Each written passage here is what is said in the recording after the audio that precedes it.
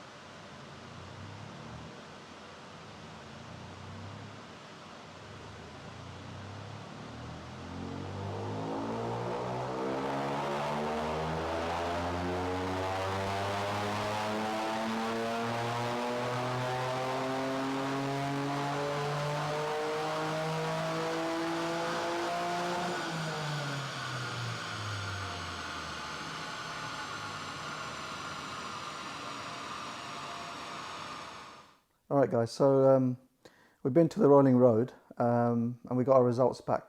I just wanted to talk a little bit about the selection of the rolling road. Now, I was looking around for different types of rolling road and reading about it on the internet. And I found that the ones that are MAHA, I think it's pronounced Maha, they're supposed to be the better ones, more accurate. So I then started to look for ones that supported the Maha rolling road setup, and I found one. And I went down there, as shown previously on the video, and we did they took their time basically, and they made sure that the setup was correct. So they ran it for a few times, and they found that the setup wasn't accurate enough because the readings weren't coming out as expected. So they took some more tests and some more runs. So I'm pretty confident now that we've got a fairly clear picture of how much power is coming out and how much torque is being produced. So the brake horsepower averaged at about 285 bhp, which I'm pretty happy with, considering the stock is supposed to be around 260. So 20-25 improvement from a catback titanium exhaust is, in my opinion, quite good. So I'm quite pleased with that. What I was surprised at though was the torque figure was averaging at about 362 or 360, let's say, which is actually what Toyota quote. So I was a bit surprised at that because it's a catback exhaust. I was expecting a bit more torque coming through. So I'm not sure why it didn't produce more, but I'm more than happy with the brake horsepower that's been produced. And I'll talk a bit more about the graph from what I could tell by looking at it.